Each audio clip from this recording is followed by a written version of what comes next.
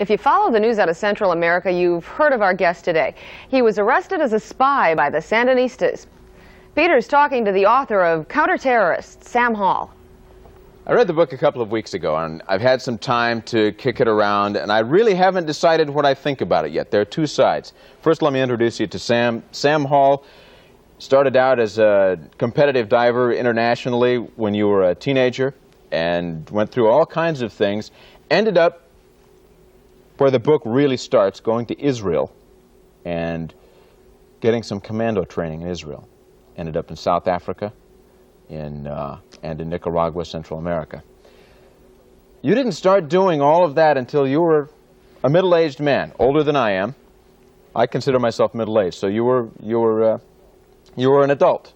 Why would anybody who's an adult want to go someplace where you deliberately might get yourself shot? When I was a young man, I went to military school, 4 years. I had a love of military. When I graduated from Ohio State, I entered in the service for a career. I became a disabled veteran in the early 60s. That love of military turned to frustration. The icing on the cake for me was in 1972, the Munich Olympics, when the Israeli athletes were killed. I knew that I would be able to get my chance again someday. I was like a sleepy wasp that waits all winter long before he stings. And that came about in 1982 when I accepted a UN post in the Middle East. Then I became... As a peacekeeper, I might add. That's right. But the June 6th War of '82 was building up. I volunteered to quit my post, volunteered for the Israeli Commando Volunteer Group, was trained as a counter-terrorist. After the June 6th War, I went around different parts of the world. I was sent there, trained, I was picked up, and then a number of things happened for 5 or 6 years. I always worked for different people. There was an outfit called the Freelancers that you set up, which was basically a freelance mercenary group that went in. Well, this is the South African organization that we're talking about. Popular on some sides, very unpopular on other sides. How do you choose the right side when you're doing something like that? It was always rescues. We rescued 4 missionary nurses, 2 from England, 2 from Ireland, the Temps, a Roman Catholic priest, 19 black children taken out of Botswana, a POW MIA rescue, 6 Canadians taken tourists. People have a brief background now. You ended up in Nicaragua inside a Sandinista army base, arrested, captured, whatever, stopped, held. Right.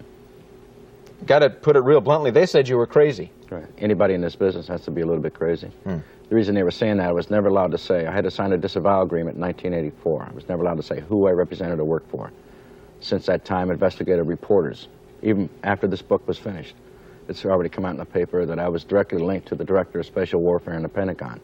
Mike Wallace said that on 60 Minute program.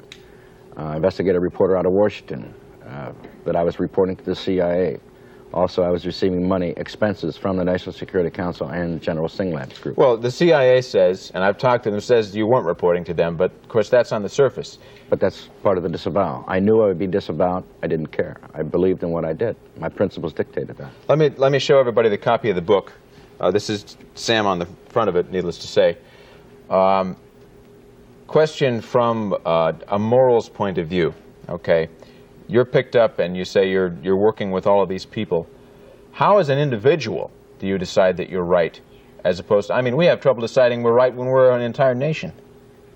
Well, I believe in the Monroe Doctrine of 1823 and our position in Central America. My principles dictated that a cause, and I followed my cause. I followed my conscience. So I always took orders there. Anything I ever did, any kind of operation was always for somebody. Sam Hall, it's good to talk to you. I'm going to go back and scout through the book again, see what else I can pick up. Okay.